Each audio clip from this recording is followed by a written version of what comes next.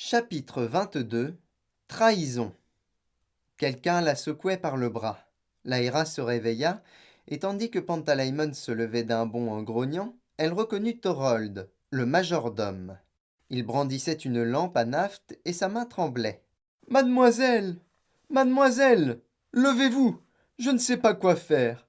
Il n'a pas laissé de consigne. Je crois qu'il est devenu fou, mademoiselle. Quoi? Que se passe-t-il? Lord Asriel, mademoiselle. Il ne cesse de délirer depuis que vous êtes couchée. Je ne l'ai jamais vu aussi survolté. Il a chargé toutes sortes d'instruments et de batteries sur un traîneau. Il a attaché les chiens et il est parti, en emmenant le garçon. Roger? Il a emmené Roger? Il m'a demandé de le réveiller et de l'habiller. Je n'ai même pas pensé à protester. Ce n'est pas dans mes habitudes. Le garçon vous réclamait, mais Lord Asriel ne voulait que lui. Vous vous souvenez quand vous êtes apparue à la porte, mademoiselle? Quand il vous a vu, il n'en croyait pas ses yeux, et il vous a ordonné de partir. Un tel torrent de fatigue et de peur submergeait Laïra qu'elle pouvait à peine réfléchir. Oui, oui, je m'en souviens, dit-elle malgré tout. Et alors? Il avait besoin d'un enfant pour achever son expérience, mademoiselle. Or, Lord Asriel a une façon bien particulière d'obtenir ce qu'il désire. Il lui suffit de réclamer une chose et... La tête de Laïra était maintenant remplie d'un grondement, comme si elle essayait d'étouffer une vérité provenant de sa conscience. S'étant levée, elle recommença à récupérer ses vêtements, mais soudain elle s'effondra et un hurlement de désespoir l'enveloppa. Il sortait de sa bouche, mais il était plus grand qu'elle. C'était comme si elle-même jaillissait de la bouche de son désespoir, car elle se remémorait les paroles de son père. L'énergie qui relie le corps au démon est extrêmement puissante, et pour construire un pont entre les mondes, il fallait une phénoménale décharge d'énergie. Elle comprenait soudain ce qu'elle avait fait. Elle avait lutté pour arriver jusqu'ici, convaincue de savoir ce que Lord Asriel attendait, mais ce n'était pas la laitiomètre qui intéressait son père. Ce qu'il voulait, c'était un enfant. Elle lui avait livré Roger. Voilà pourquoi il s'était écrié « Je ne t'ai pas fait venir » en la voyant. Il avait réclamé un enfant, et le sort lui avait envoyé sa propre fille. Du moins l'avait-il cru, jusqu'à ce qu'il voie apparaître Roger. Elle avait cru sauver Roger, mais en réalité, elle n'avait cessé de travailler à sa perte. Laïra tremblait et sanglotait. Non, c'était impossible. Thorold essaya de la réconforter, mais il ignorait la cause de son désespoir et ne pouvait que lui tapoter l'épaule avec compassion. Yorek, dit-elle entre deux sanglots, en repoussant le domestique. Où est Yorek Birnison? L'ours, il est toujours dehors? Le vieil homme répondit par un haussement d'épaules impuissant. Aidez-moi, supplia-t-elle en tremblant comme une feuille sous l'effet conjugué de la fatigue et de la peur. Aidez-moi à m'habiller. Je dois y aller, immédiatement. Dépêchez-vous. Le majordome posa la lampe par terre pour s'exécuter. Quand Laïra donnait des ordres avec cet air autoritaire, elle ressemblait étrangement à son père, sauf que son visage était mouillé de larmes et ses lèvres agitées de tremblements. Tandis que Pantalaimon arpentait la pièce en donnant de grands coups de queue, le poil hérissé, Thorold s'empressa de rapporter les fourrures durcies et puantes de Laïra et de l'aider à les enfiler. Dès que tous les boutons furent attachés et les rabats fermés, elle s'élança. À peine sortie, elle sentit le froid lui transpercer la gorge comme une épée et geler instantanément les larmes sur ses joues. Yorek s'écria-t-elle. Yorek Birnison, j'ai besoin de toi. Il se produisit un tourbillon de neige accompagné d'un bruit de métal et l'ours apparut. Il dormait paisiblement sous la neige qui tombait.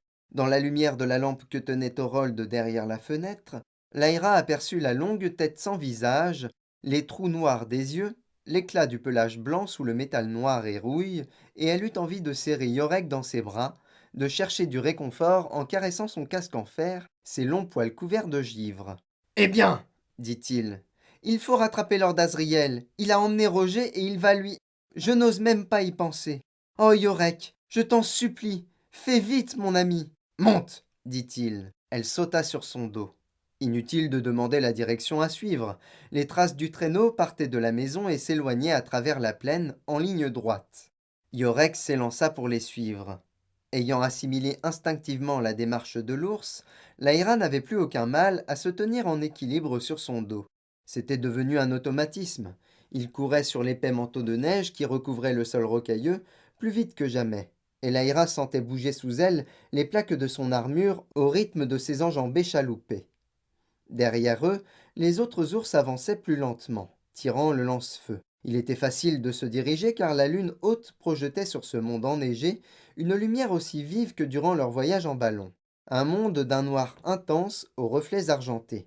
Les traces du traîneau de Lord Asriel menaient directement à une chaîne de collines déchiquetées, étranges silhouettes pointues et nues qui se dressaient dans un ciel aussi noir que le velours qui enveloppait la laitiomètre. Mais aucun signe du traîneau lui-même, à moins que ce ne soit ce mouvement infime qu'on discernait sur le flanc du sommet le plus élevé. Laïra regardait droit devant elle, les yeux plissés, tandis que Pantalaimon volait le plus haut possible dans le ciel pour scruter les environs de sa vue perçante de chouette. En effet, dit-il en revenant se poser sur le poignet de Laïra, c'est bien Lord Asriel. Il fouette furieusement ses chiens et il y a un enfant à l'arrière.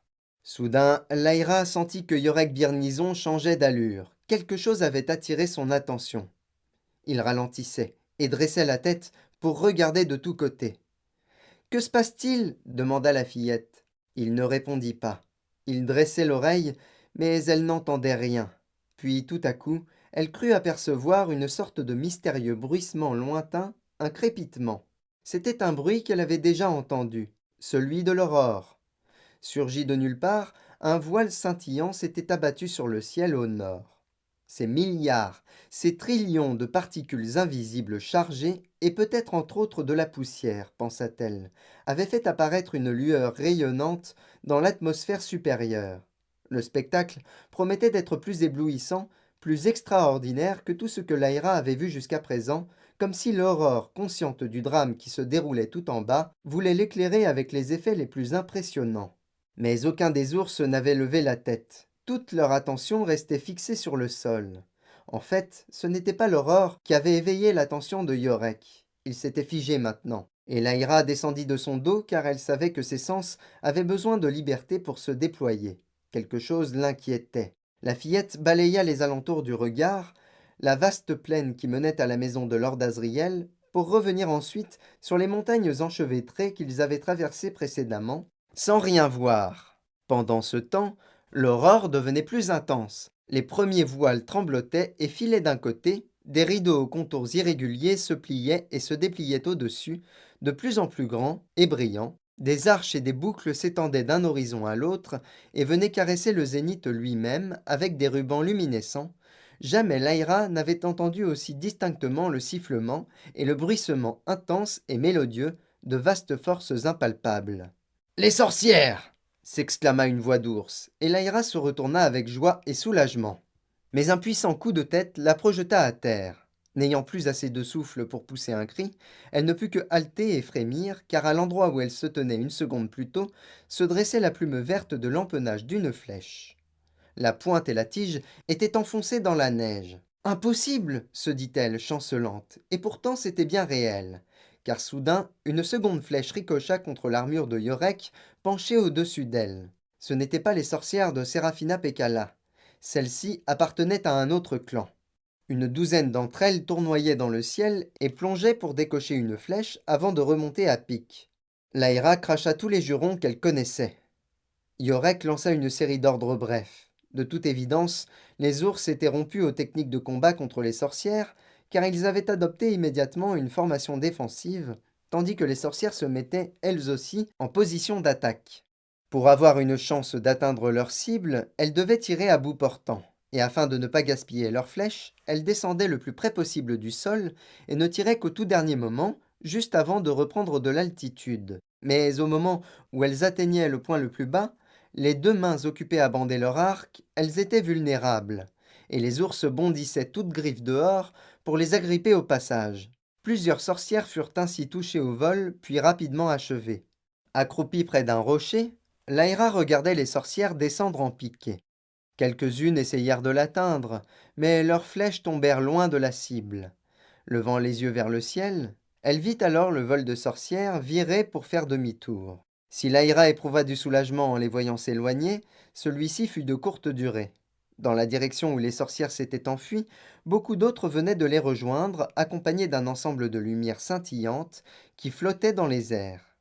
Tout là-bas, à l'extrémité de l'immense plaine de Svalbard, dans le rayonnement de l'aurore, elle perçut soudain le bruit qu'elle redoutait, les vibrations rauques d'un moteur à gaz.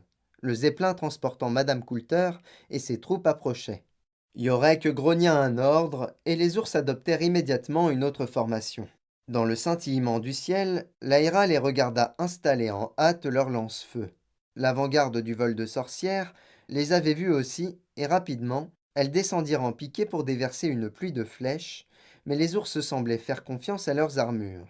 Ils continuèrent à s'activer pour monter leur engin, un long bras qui se dressait vers le ciel, une sorte de creuset d'1 mètre de diamètre, et une énorme citerne en fer enveloppée de fumée et de vapeur. Sous les yeux hébétés de l'Aéra, une flamme vive en jaillit, et une équipe d'ours exécuta une série de manœuvres auxquelles ils étaient entraînés. 2 d'entre eux abaissèrent le grand bras du lance-feu pendant qu'un troisième déposait des pelletées de feu dans le creuset. Sur un ordre, ils libérèrent le bras articulé qui projeta la boule de soufre incandescent dans le ciel noir. Les sorcières tournoyaient en formation si serrée au-dessus de leur tête que 3 d'entre elles tombèrent en flammes dès le premier tir. Mais très vite, il apparut que la véritable cible était le zeppelin. Le pilote n'avait jamais vu un tel engin, dont il sous-estimait le pouvoir, car il continua à avancer vers les ours, sans prendre de hauteur ni modifier sa trajectoire. Il est vrai que le zeppelin possédait lui aussi une arme redoutable, une mitrailleuse installée à l'avant de la cabine de pilotage. Lyra vit des étincelles rebondir sur l'armure de plusieurs ours, obligés de se recroqueviller sous leur protection avant d'entendre le crépitement des balles. Elle ne put retenir un cri d'effroi. Ils ne craignent rien, déclara Yorek Birnison. De vulgaires balles ne peuvent pas transpercer une armure. Le lance-feu récidiva. Cette fois, la masse de soufre enflammé monta en flèche pour aller frapper la cabine du zeppelin et retomber en une cascade de fragments incandescents. Le dirigeable s'inclina et s'éloigna dans un rugissement d'animal blessé, en décrivant un grand arc de cercle, avant de revenir vers le groupe d'ours qui s'affairait autour du redoutable engin. Alors qu'il s'approchait, le bras du lance-feu s'abaissa de nouveau en grinçant. La mitrailleuse tout sauta et cracha ses projectiles. 2 ours s'effondrèrent, accompagnés dans leur chute par un grognement étouffé de Yorek. Quand le zeppelin fut presque arrivé au-dessus d'eux, un des ours lança un ordre, et le bras articulé par un ressort se redressa. Cette fois, la boule de soufre s'écrasa contre le ballon de gaz du dirigeable. L'ossature rigide de l'appareil supportait une fine toile de soie huilée destinée à contenir l'hydrogène. Bien qu'assez solide pour supporter de petits accrocs, elle ne pouvait résister à un bloc de pierre enflammé de 50 kilos. La soie se déchira sur toute la longueur, le soufre et l'hydrogène se rencontrèrent dans un cataclysme de feu. La soie devint aussitôt transparente, laissant voir le squelette du zeppelin, carcasse noire sur fond d'enfer orange, rouge et jaune, suspendu dans le vide pendant quelques minutes avant de s'écraser au sol, lentement, presque comme à contre-cœur. De petites silhouettes vacillantes s'en échappèrent, ombres chinoises dans la neige et les flammes. Moins d'une minute après avoir heurté le sol, le dirigeable n'était déjà plus qu'une masse de métal tordu, un nuage de fumée, au milieu de débris enflammés. Mais les soldats qui se trouvaient à bord, et les autres passagers également, bien que l'Aïra fût trop loin du lieu de l'accident pour distinguer Madame Coulter, elle savait qu'elle était là, ne perdirent pas une seconde. Avec l'aide des sorcières, ils extirpèrent la mitrailleuse de l'épave et l'installèrent pour poursuivre le combat à terre. Continuons, déclara Yorek. Ils vont pouvoir tenir longtemps. Il poussa un rugissement, et quelques ours se détachèrent du groupe pour attaquer les Tartares par le flanc droit. Lyra sentait qu'il brûlait d'envie d'être parmi eux, mais en même temps, elle entendait sa propre angoisse qui lui criait Continuons, continuons, et son esprit était assailli par les images de Roger et Lord Asriel. Yorek Birnison l'avait compris. Il tourna le dos au combat pour escalader la montagne, laissant à ses ours le soin de retenir les Tartares. Ils attaquèrent l'ascension. Lyra scrutait l'obscurité, mais même Pantalaimon, malgré ses yeux de chouette, ne distinguait aucun mouvement sur le flanc de la montagne qu'ils gravissaient. Malgré tout, les traces du traîneau de Lord Asriel restaient visibles, et Yorek les suivait à toute allure, bondissant dans la neige profonde que ses pattes faisaient jaillir dans son sillage. Ce qui se passait dans leur dos n'existait plus. Lyra avait tout laissé derrière elle. Elle avait l'impression de quitter le monde lui-même, tant elle était concentrée sur son objectif, tandis qu'ils montaient toujours plus haut, dans cette lumière étrange et inquiétante qui les inondait. Dis-moi, Yorek, est-ce que tu retrouveras Lee Scoresby? Vivant ou mort, je le retrouverai. Et si tu vois Serafina Pekkala? Je lui raconterai ce que tu as fait. Merci, Yorek. Ils restèrent muets quelques instants. Laïra avait le sentiment d'évoluer dans une sorte de transe, un état au-delà du sommeil et de la conscience, une sorte de rêve éveillé où elle se voyait transportée par des ours dans une cité au cœur des étoiles. Elle s'apprêtait à en parler à Yorek Birnison lorsque celui-ci ralentit l'allure puis s'arrêta. Les traces continuent, dit-il, mais moi je ne peux pas aller plus loin. Laïra sauta à terre et avança de quelques pas. Yorek s'était arrêté au bord d'un gouffre. Ce pouvait être une crevasse dans la glace ou une fissure dans la roche. C'était difficile à dire, et d'ailleurs cela ne changeait rien. L'important, c'était que le gouffre s'enfonçait vers des profondeurs insondables. Les traces du traîneau de Lord Asriel arrivaient jusqu'au bord d'un petit pont de neige dure et se poursuivaient de l'autre côté du précipice. De toute évidence, ce pont avait souffert du passage du traîneau, à en juger par la fissure visible dans la neige près du bord opposé du gouffre.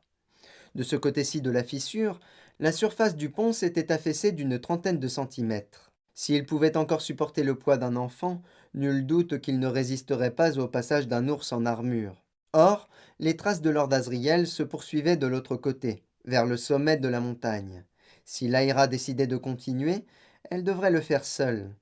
Elle se tourna vers Yorek Birnison. Il faut que je traverse, déclara-t-elle. Merci pour tout ce que tu as fait. J'ignore ce qui va se passer quand je le rejoindrai. Peut-être que nous allons tous mourir, que je parvienne jusqu'à lui ou non. Mais si je reviens, je retournerai te voir pour te remercier comme tu le mérites. Altesse Yorek Birnison. Elle posa sa main sur sa tête. L'ours acquiesça. Au revoir, Laïra parle d'or. Le cœur battant douloureusement, avec amour, elle se retourna et posa le pied sur le pont. La neige craqua sous son poids. Pantalaimon s'envola pour aller se poser de l'autre côté du gouffre et l'encouragea à avancer. Petit à petit, elle progressa, se demandant à chaque pas s'il était préférable de courir et de sauter sur l'autre rive ou de continuer à avancer lentement comme elle le faisait, aussi légèrement que possible. À mi-chemin, un craquement sinistre se produisit. Un gros bloc de neige se détacha près de ses pieds pour dégringoler au fond de l'abîme, et la surface du pont sembla s'affaisser encore de quelques centimètres au niveau de la fissure. Laïra se figea. Transformé en léopard, Pantalaimon s'était tapi au fond du gouffre, prêt à bondir pour la rattraper. Mais le pont tenait bon, pour l'instant. Laïra fit un pas de plus, puis un autre, et soudain sentant le sol se dérober sous ses pieds, elle plongea vers l'autre bord. Elle atterrit à plat ventre dans la neige, tandis que derrière elle, tout le pont s'effondrait, presque en silence, dans le précipice. Les griffes de Pantalaimon s'étaient enfoncées dans l'épaisseur de ses fourrures pour la retenir. Au bout de quelques minutes, Laïra osa ouvrir les yeux et s'éloigna du gouffre en rampant. Impossible désormais de faire marche arrière. Elle se releva et adressa un signe de la main à l'ours qui l'observait de l'autre côté. Yorek Birnison se dressa sur ses pattes de derrière pour la saluer, après quoi il fit demi-tour et s'empressa de dévaler la pente jusqu'au pied de la montagne pour venir en aide à ses sujets qui livraient bataille contre Madame Coulter et les soldats du Zeppelin. Laïra se retrouva seule.